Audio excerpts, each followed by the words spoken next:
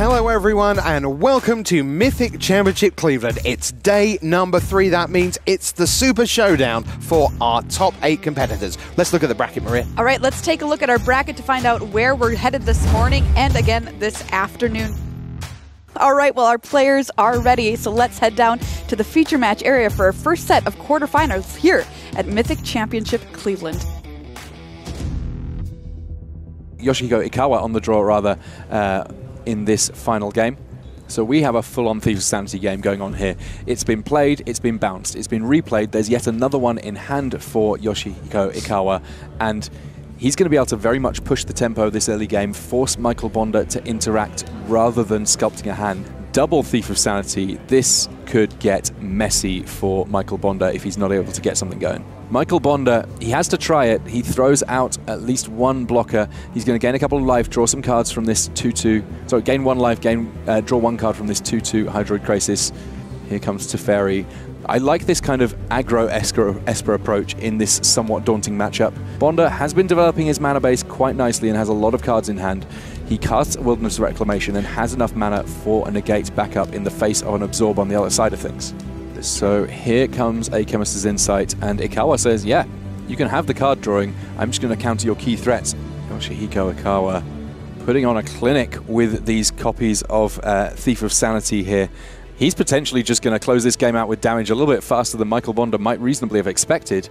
All of a sudden, we have 7 points of damage flying through, and that represents a 2-turn clock to close out this match. Nezahal, Primal Tide coming along, and the Air Force coming in here soon enough. That is 7 points of damage on the air. Michael Bonda on 6, and there is the handshake. Yoshihiko Ikawa. Right now, it is Marcio Carvalho who needs to win 2 on the bounce if he's going to get past Luis Scott-Vargas and potentially fulfill that dream of picking up the trophy at the Mythic Championship here in Cleveland, Ohio. Early Tithe Taker coming from Carvalho. No 1-drop though, and from Luis Scott-Vargas, an early Chart A course.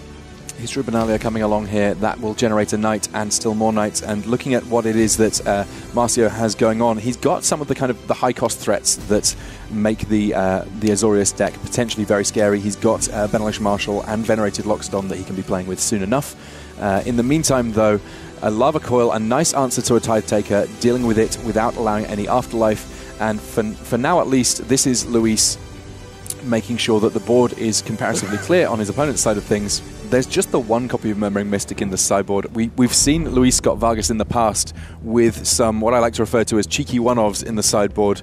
Yeah, Marcio did force through a little bit of damage, did get a Loxodon down, so it's now going wide with pretty beefy creatures, actually. Lava Coil once again coming along to deal with what's going on the other side of things. And it looks like this is going to be one of those turns where we see 3 spells being played, the Shock being the 3rd one there for Luis Scott-Vargas. That means that in addition to the 3 birds, he's got an Arc like Phoenix. So Marcio there, no real point him getting attacks in. They weren't really going to achieve very much. Instead, elects to play another copy of Venerated Loxodon, pumping up his team a little bit, meaning the first Venerated Loxodon now big enough that it's killing anything on the other side of the battlefield. But Luis, he got a turn off, and that means that he gets a chance to make some big plays this turn, and he goes for an Entrancing Melody on a token, just 2 mana to steal what is a 4/4 creature, and he gets to start attacking in here, and his attacks are not going to take very long to close things out, and that's Luis Scott-Vargas taking the win there. 3 games to 1, the victory over Marcio Carvalho. We're going to get stuck into game number 4 here. Burchett poised to make their way into the semi-final if they can just pull off one more game win here. Berto is going to have to rally and pick up 2 on the Trotsky. Burchett fires off an opt turn 1.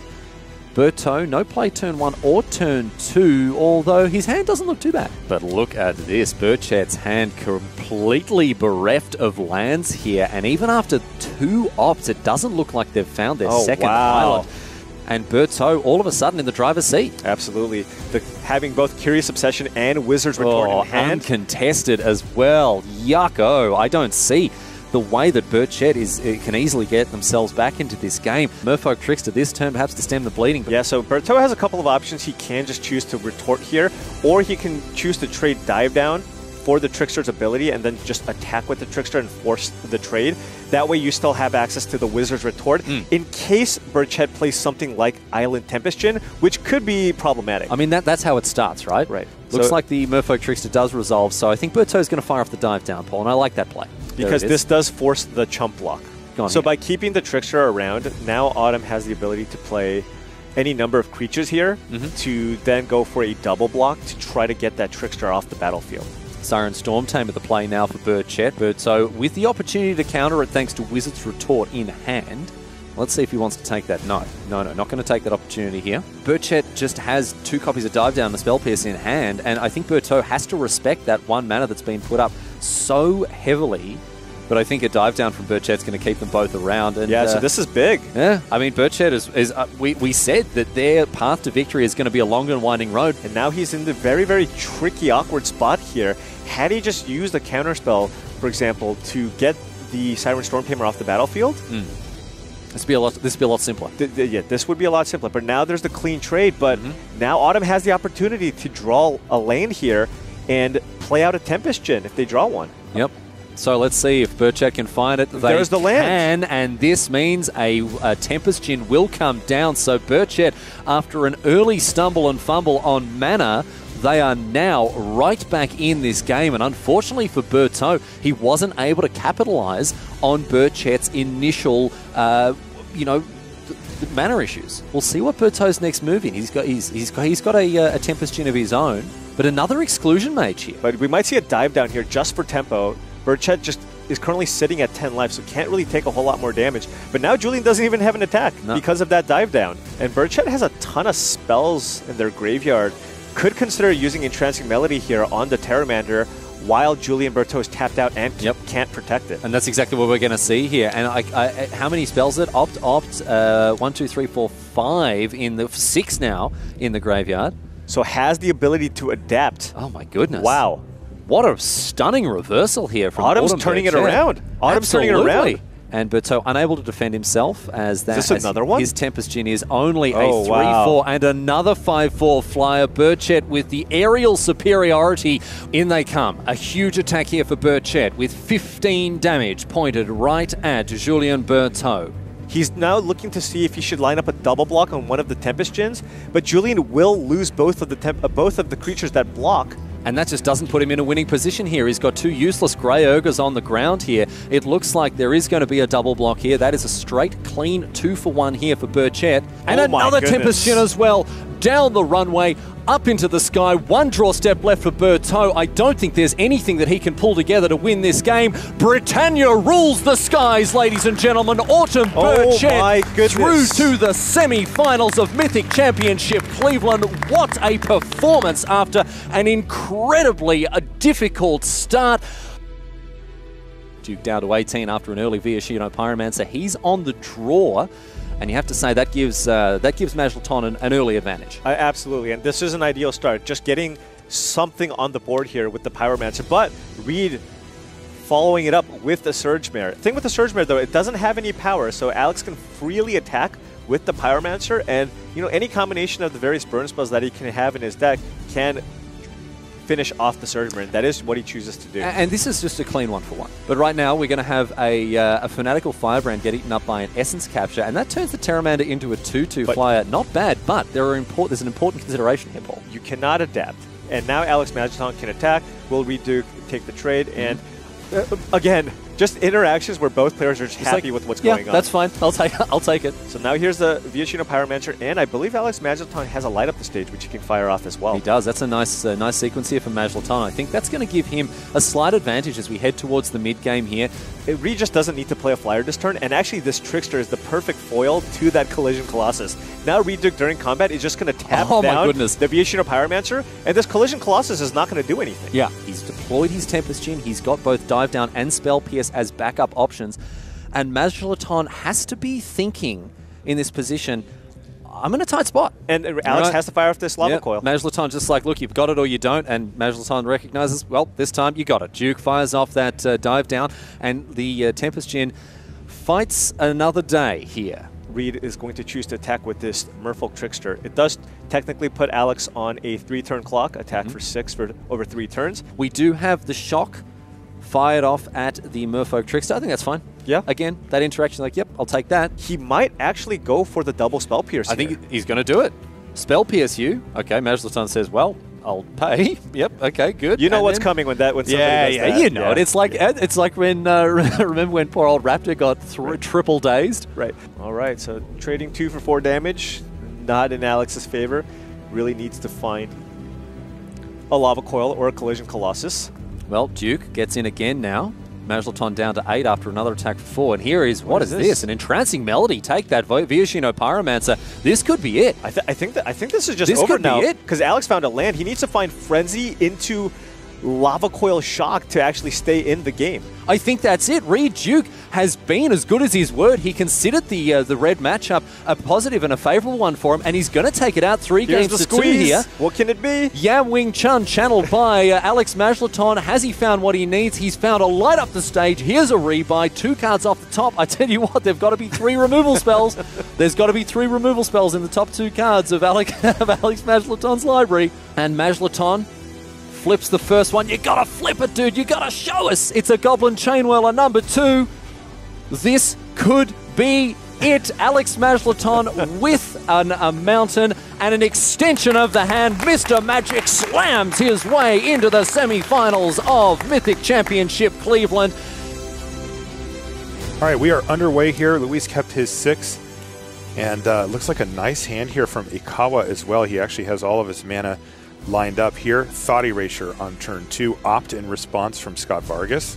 Here's another Thought Erasure. Scott-Vargas is going to play that Radical Idea first.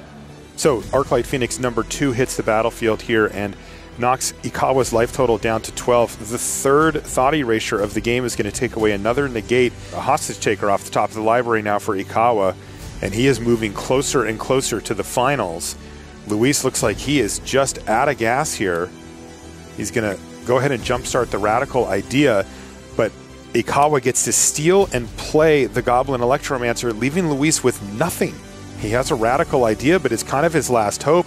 Oh, he drew a Murmuring Mystic here, so he's going to save the Radical Idea and try to get it going next turn, but this is a slim chance that this thing actually works.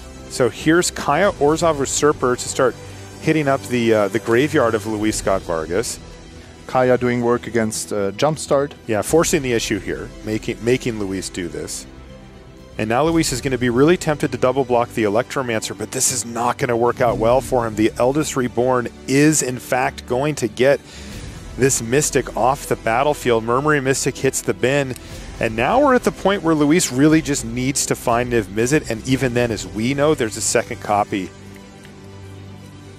of the Eldest Reborn in hand. And he found Niv Mizzet off the top of the library.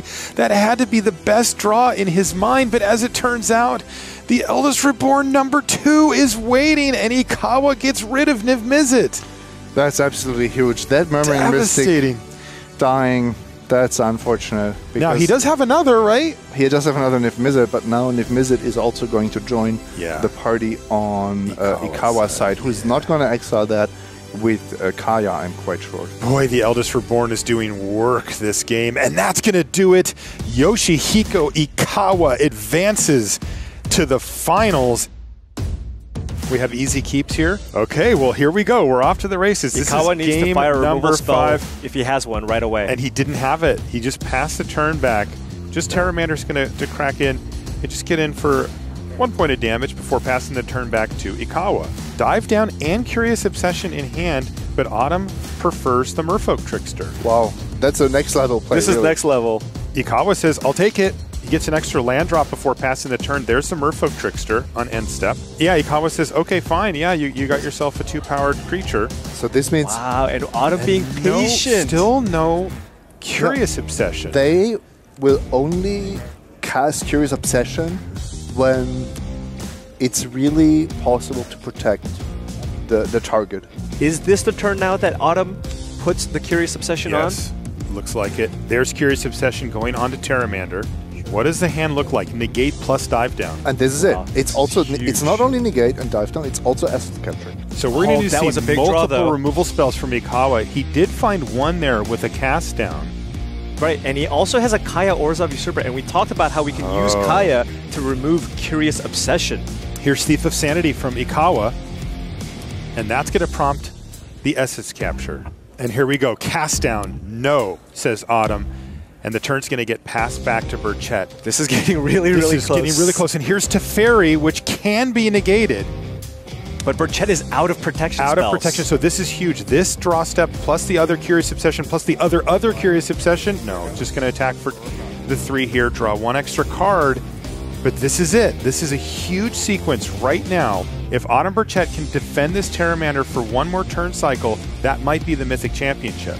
If Autumn doesn't find a negate or a disdainful stroke or anything like that, the Kaya's Wrath could get Ikawa back into this game. Let's see, here's the opt. This could be the biggest opt in Autumn Burchett's career. Oh, never mind. Burchett has a Wizard's Retort in hand. Has a Wizard's Retort Wow. in hand? That changes everything. Okay, well look at this. He's got Thief of Sanity and Cry of the Carnarium. Do you counter this? I don't think so. You just let it happen. You have a 3/3. It You have a 3/3 Terramander. Yeah, you can just let it happen. And there's that Thief of Sanity, but here we go. But do you even counter this? Right, this is a chump, although Ikawa No, Ikawa doesn't have to block. This doesn't is the problem. have to block. Yeah, it's a random card for Burchett. If that's, you know, the hard counter that loses you the game, so be it.